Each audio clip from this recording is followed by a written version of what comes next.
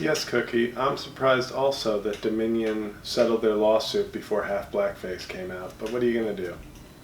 Oh, hey everybody. Welcome back to another episode of JL's Book Club, where we don't talk about Fight Club because we didn't read Fight Club.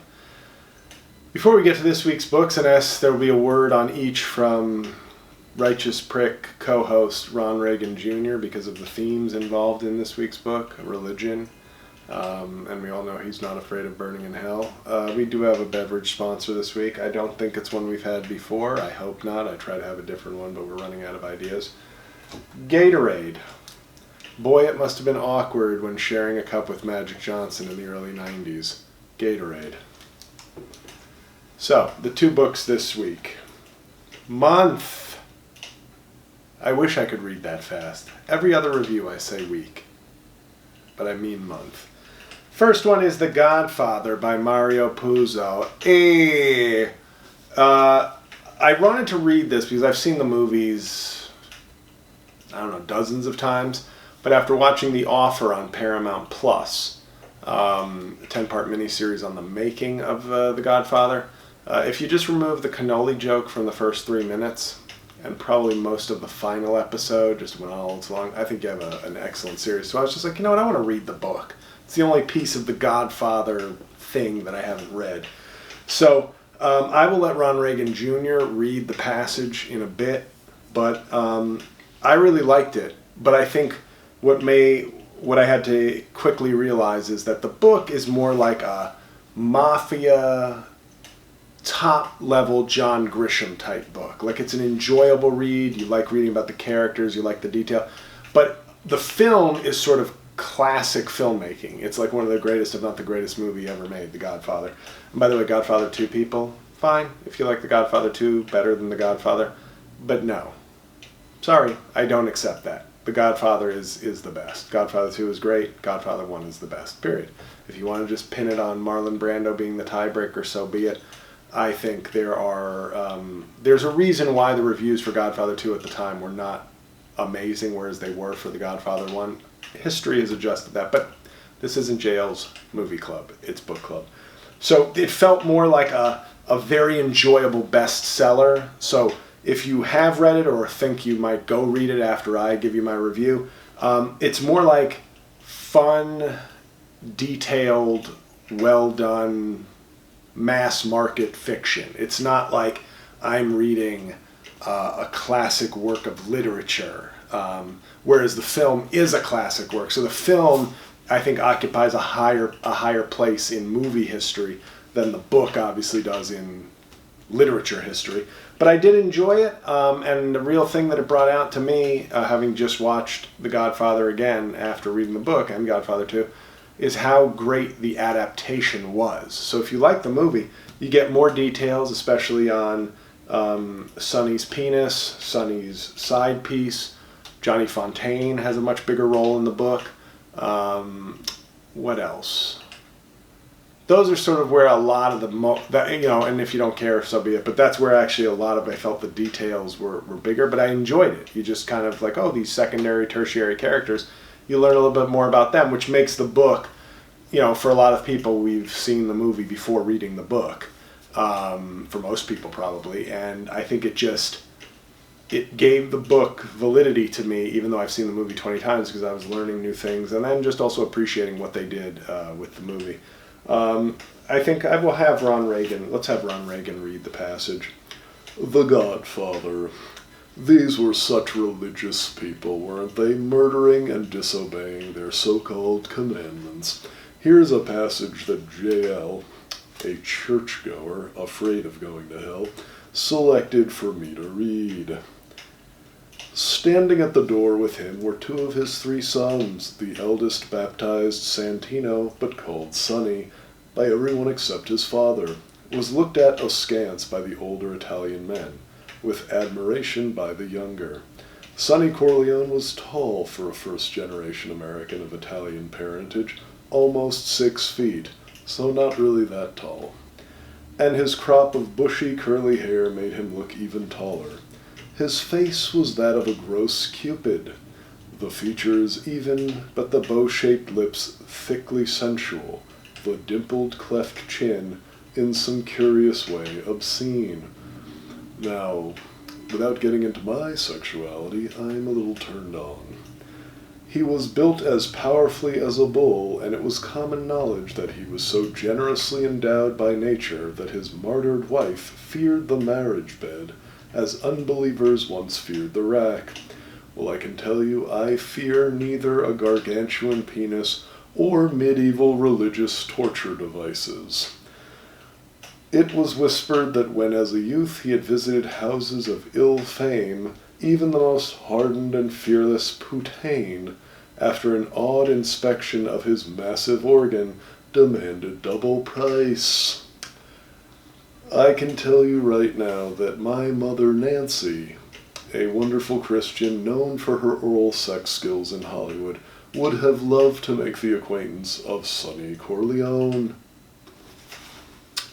Okay, guys, that hurts my face to do that long.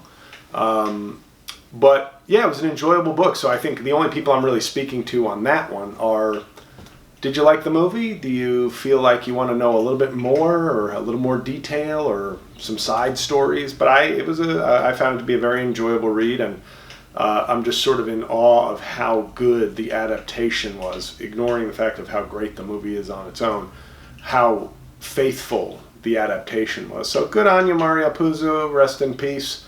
And now the second book, a more rigorous, serious religious text that I've had for probably over a decade. I picked it up one time at Barnes & Noble, just curious, hearing a lot about it, having seen the author on Bill Maher several times. I think they were friends. God is Not Great by Christopher Hitchens. Another person who was not afraid of burning in hell.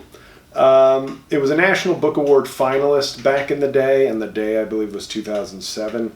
But I think I purchased this as like a 2009 edition, so I probably had this book for like over a decade, and it was just like, I'll get to it eventually, you know.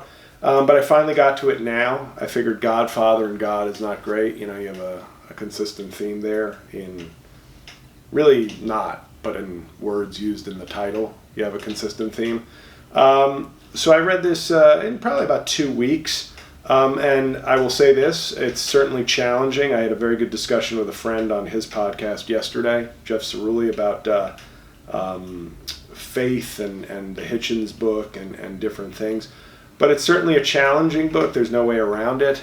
But as I said to Jeff during his podcast, I said faith, you can define it or criticize it or believe it, whatever you want. But faith, one thing it is not, is certainty. That's why it's faith. It's not knowledge, it's faith. And as the great priest George Michael said, you gotta have faith. So I didn't review that book for the book club, but that was a great biography that I read several months ago, George Michael, A Life. But this book, I found, what I will say is, not only did I find it interesting, challenging, thought-provoking, and informative, Hitchens is obviously sort of that, you know, he's a very good writer and very dry wit. And so throughout the book, you're finding yourself challenged, laughing, thinking. So it's a very good reading experience. And I'm going to read a passage, not to hurt my face. I will read it as myself, but then I'll let Ron Reagan Jr. comment. As in all cases, I feel like I should be doing a very dry British accent for Christopher, but I won't. As in all cases, the findings of science are far more awe-inspiring than the rantings of the godly. The history of the cosmos begins, if we use the word time to mean anything at all, about 12 billion years ago.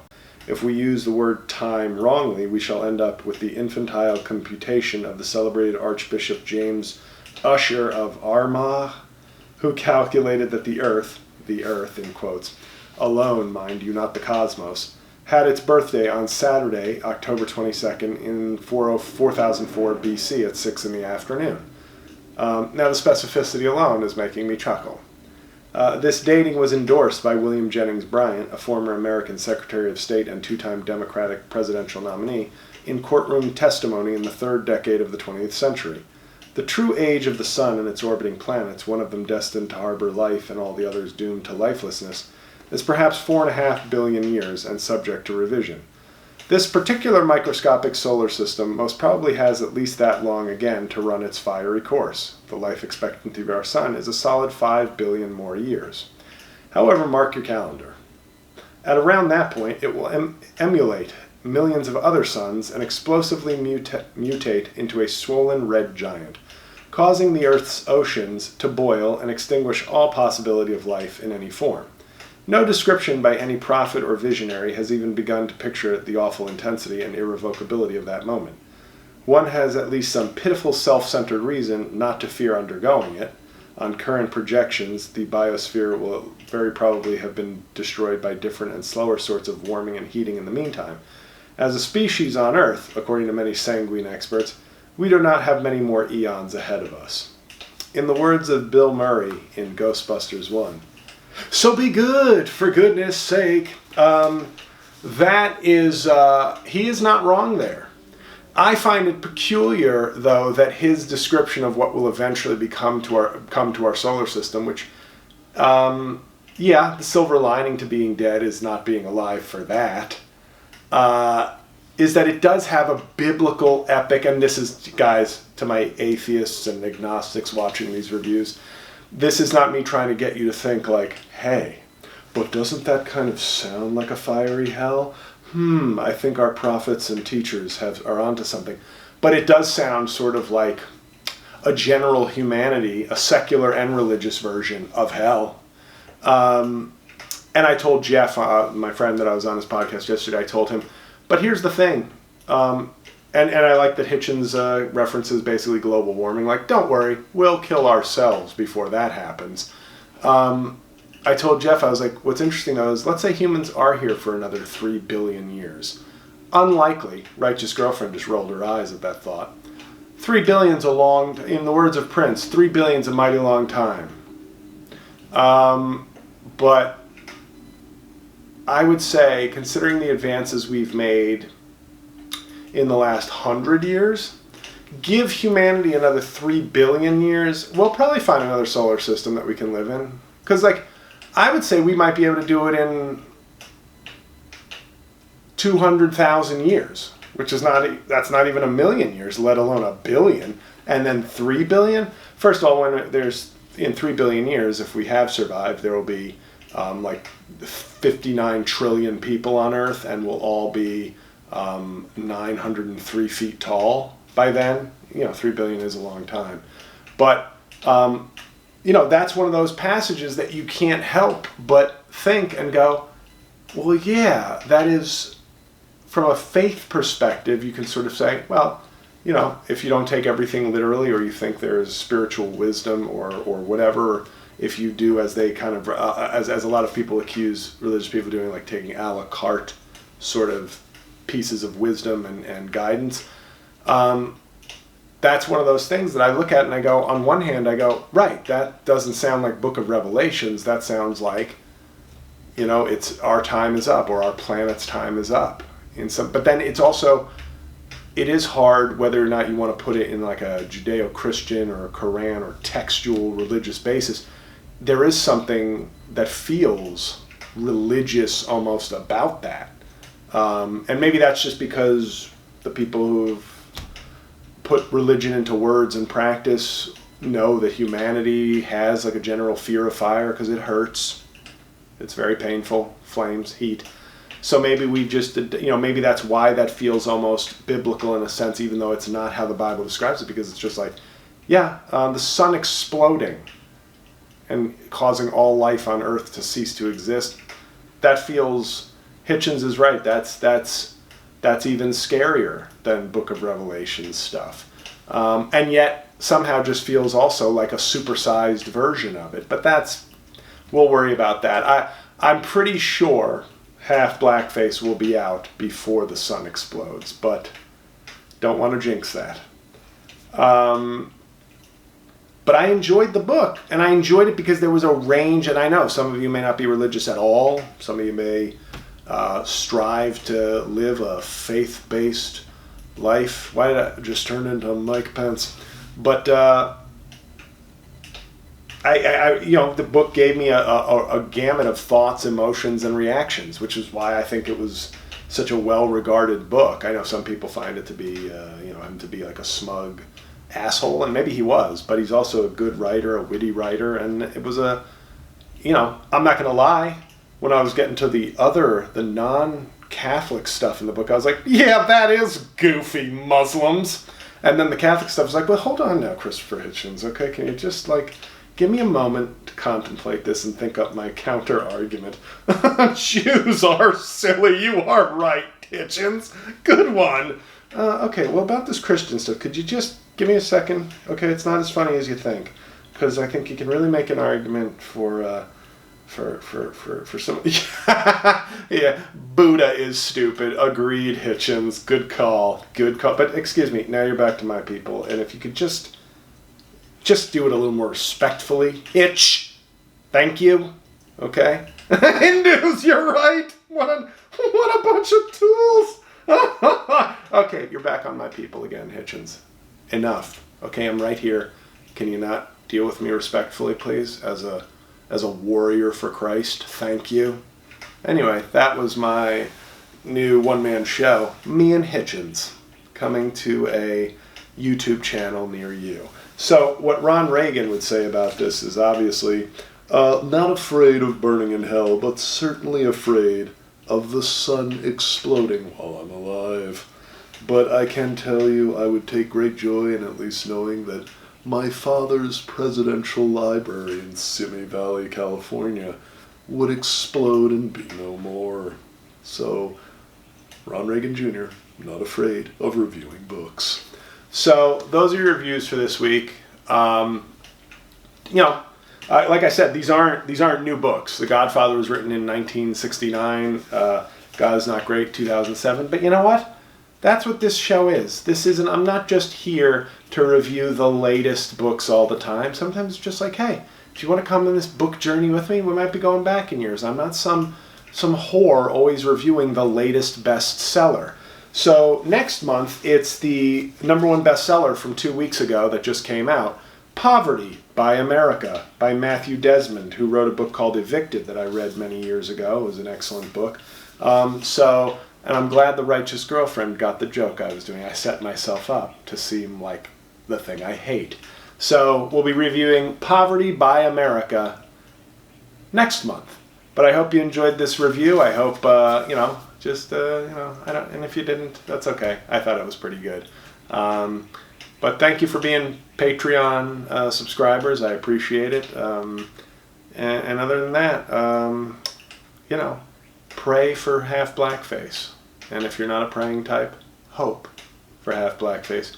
And if you're not a hopeful type, then just look in the newspapers for any retribution on those who have wronged me with half blackface. Just kidding. Anyway, guys, thank you for listening. Be good. See you next month. Oh yeah, wait up. Remember, books, they're like documentaries for smart people.